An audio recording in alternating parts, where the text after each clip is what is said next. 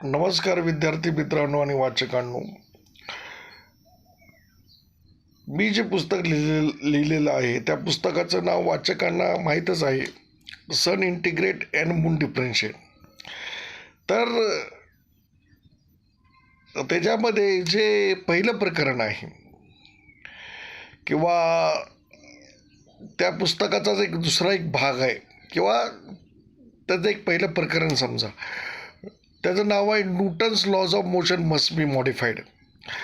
आता Newton's laws of motion, Isaac न्यूटनने Principia Mathematica या पुस्तकामध्ये लॉज ऑफ मोशन असं नाव दिलेलं आहे. काय नाव दिलेलं आहे? Laws of motion. परंतु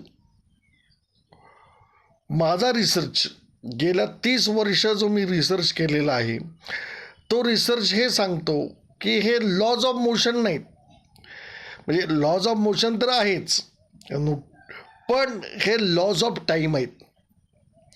न्यूटनचे नियम जे आहेत ना, सर्वात जास्त टाईम फॉलो करतं. आईन्स्टाईनचे नियम टाईम फॉलो करतं, पण न्यूटनचे नियम हे जे नॉन इनर्शियल फ्रेम ऑफ रेफरन्सला इनर्शियल फ्रेम ऑफ रेफरन्सला, नॉन ॲक्सलरेटेड फ्रेम ऑफ रेफरन्सला न्यूटनचे नियम लागू पडतात. तर सगळ्यात पहिला माझा हा सिद्धांत आहे की न्यूटनचे laws of motion, Newton's laws of motion must be modified याचा सर्वात पहिला भाग आहे की ते लॉज ऑफ मोशन हे कन्सिडर न करता ते लॉज ऑफ टाईम आहे. जे कॅल्क्युलस शोधलेलं आहे न्यूटनने किंवा लायब्निझने, हे कॅल्क्युलस म्हणजे त्याच्यामध्ये त्यांनी लिहिलेलं आहे सूक्ष्मकलन. सूक्ष्मकलन म्हणजे h10⁻⁴. पण हे त्यांनी सूक्ष्मकलन असं लिहूनसुद्धा त्यानंतरच्या मॅथमॅटिशियनला किंवा सायंटिस्टना ही गोष्ट समजली नाही की कॅल्क्युलस जे आहे, डिफरन्शिएशन म्हणजे काय? टाईम डिफरन्शिएट होतो, आणि जेव्हा टाईम डिफरन्शिएट होतो तेव्हा स्पेस क्रिएट होतो.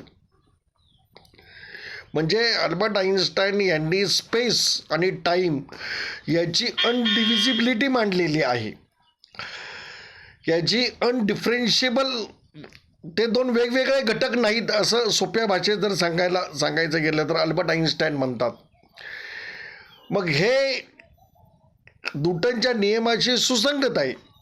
कॅल्क्युलस जे आहे, लिमिट h10⁻⁴ sin h/h = 1, हा नियम फॉलो जर कोण करत असेल तर एक स्ट्रेट लाईन फॉलो करते, आणि ही स्ट्रेट लाईन म्हणजेच कोण आहे तर